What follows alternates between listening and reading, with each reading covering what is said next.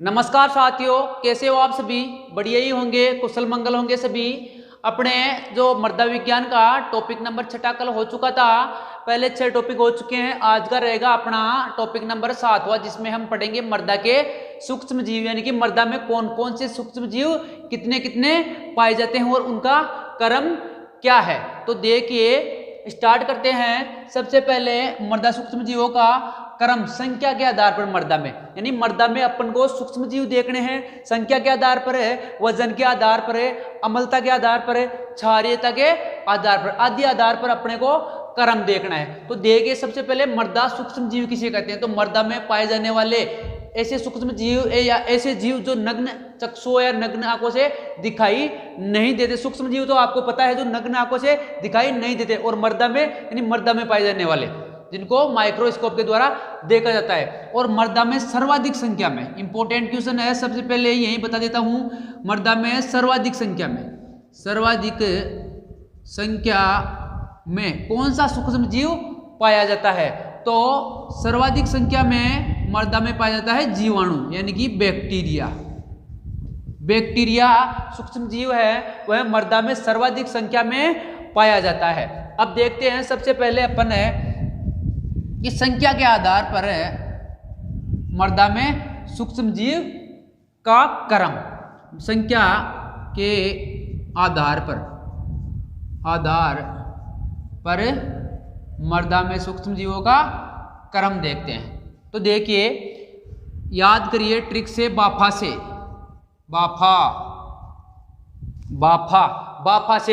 Trick से याद करिए, ये क्रम होता है इसका।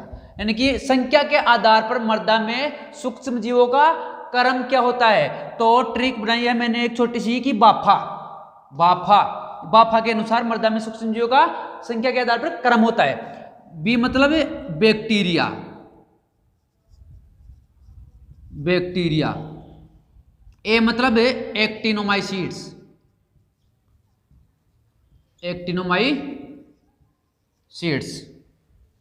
एफ मतलब फंजाई यानी कि कवक, और ए मतलब एलगी मतलब शैवाल। तो ये क्रम हो गया इसका।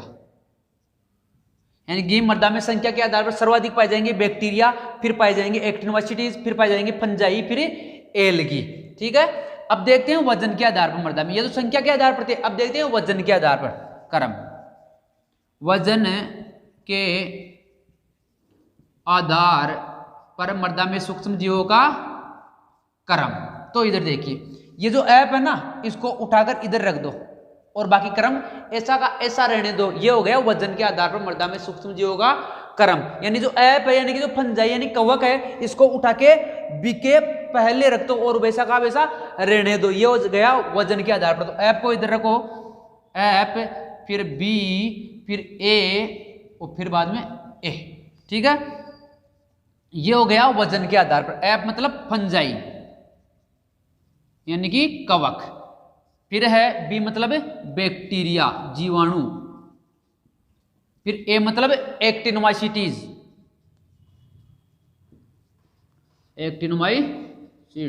और ए मतलब एलगी यानी कि शैवाल।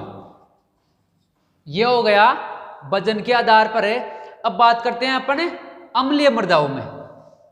तो तीसरा इधर लिख लेते हैं, अम्लीय मृदाओं में क्रम। तो ऐसा का ऐसा ही रहना है अम्लीय में, यानी कि सबसे ज्यादा फंजाई पाया जाता है अम्लीय मृदा में। बस इसको इधर करना है और इसको इधर करना है, यानी कि एक्टिनोमाइसीट्स अम्लीय मृदाओं में कम पाया जाता है और अम्लीय मृदाओं में फंजाई ज्यादा पाया जाता है। तो ऐसा का ऐसा ही क्रम है अम्लीय मृदाओं में भी, बस एलगी को इधर और एक्टिनोमाइसीट्स को इधर रखना है।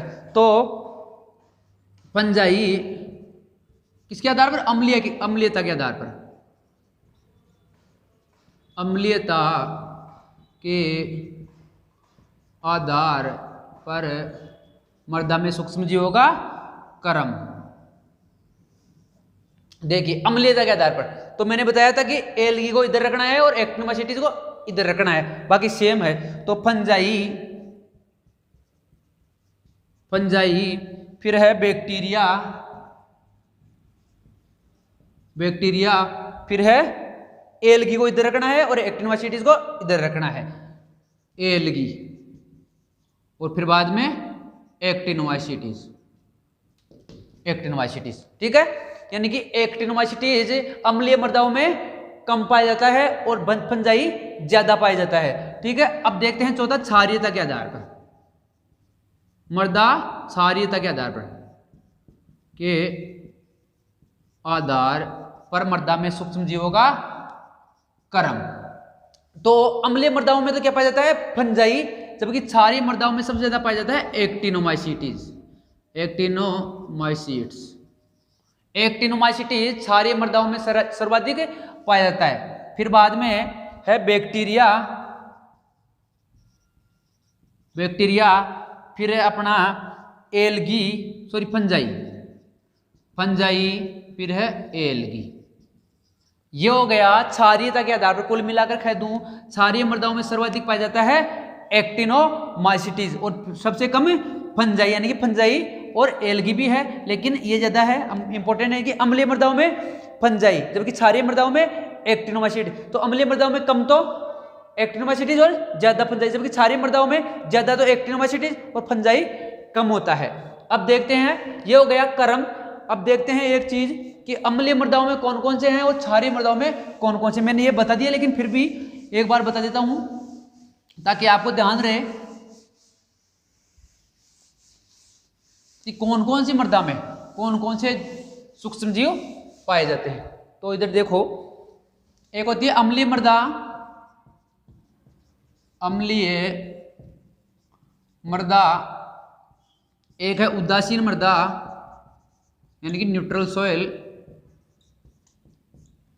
और तीसरा है क्षारीय मृदा, क्षारीय मृदा। देखो अम्लीय मृदा में सबसे ज्यादा पाया जाता है फंजाई। मैंने क्रम में बताया था कि फंजाई अम्लीय मृदा में और क्षारीय मृदा में एक्टिनोमाइसीटीज।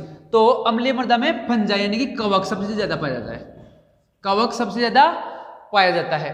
अब बात करते हैं उदासीन यानी कि न्यूट्रल सॉइल की। तो उदासीन मृदा में पाया जाता है हमेशा बैक्टीरिया यानी कि जीवाणु, जीवाणु यानी कि बैक्टीरिया। पीएच है कितने पीएच, यानी कि 6 से 7.5, 6 से यानी 7 के आसपास उदासीन होता है, तो 6 से 7.5 के मध्य जीवाणु पाया जाता है। जीवाणु इस मृदा में पाया जाता है, कौन सी मृदा में, उदासीन मृदा में, ठीक है। अब बात करते हैं क्षारीय मृदा। तो क्षारीय मृदा में एक्टिनोमाइसीटीज, एक्टिनोमाइसीटीज, एक्टिनोमाइसीटीज क्षारीय मृदाओं में पाया जाता है। ये हो गए अम्लीय मृदाओं में कवक, उदासीन मृदा में जीवाणु और क्षारीय मृदा में एक्टिनोमाइसीटीज की मात्रा सर्वाधिक होती है।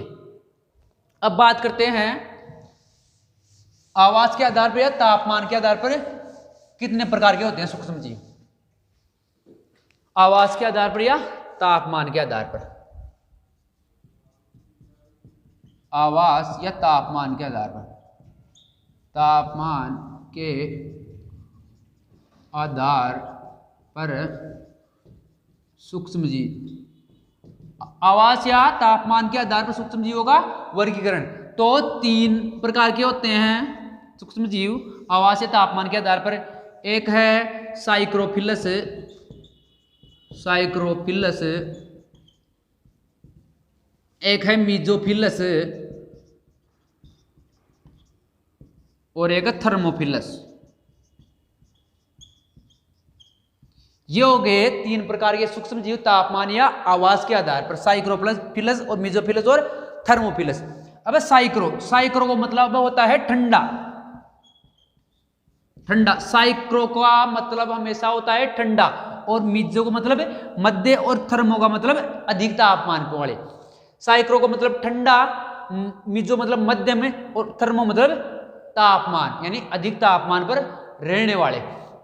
तो साइक्रो यानी कि ठंडे तापमान या ठंडे प्रदेश या ठंडी जगह रहने वाले सूक्ष्म जीव साइक्रोफिलस कहलाते हैं। तो तापमान पर रहते हैं ये 10 डिग्री सेंटीग्रेड से कम तापमान पर। साइक्रोफिलस सूक्ष्म जीव 10 डिग्री सेंटीग्रेड से कम तापमान पर सर्वाइव करते हैं। मीजोफिलस है, यह है 10 से 40 डिग्री सेंटीग्रेड के मध्य तापमान पर जीवित रहते हैं। और थर्मोपिलस है 45 डिग्री से अधिक, 45 डिग्री सेंटीग्रेड से अधिक तापमान पर सर्वाइव करते हैं। साइक्रोफिलस 10 डिग्री से कम, मीजोफिलस 10 से 40 डिग्री और थर्मोपिलस 45 डिग्री सेंटीग्रेड से अधिक तापमान पर सर्वाइव करते हैं। ये हो गया दोस्तों आपके सोइल साइंस का आज का टॉपिक नंबर 7वां था, जिसमें हमने मृदा सूक्ष्म जीवों के बारे में पूर्णतः अध्ययन कर लिया। तो मिलते हैं दोस्तों अगले वीडियो के साथ एक नए जोश, नए उमंग और नए उत्साह के साथ। तब तक दोस्तों सभी को धन्यवाद, नमस्कार, राम राम।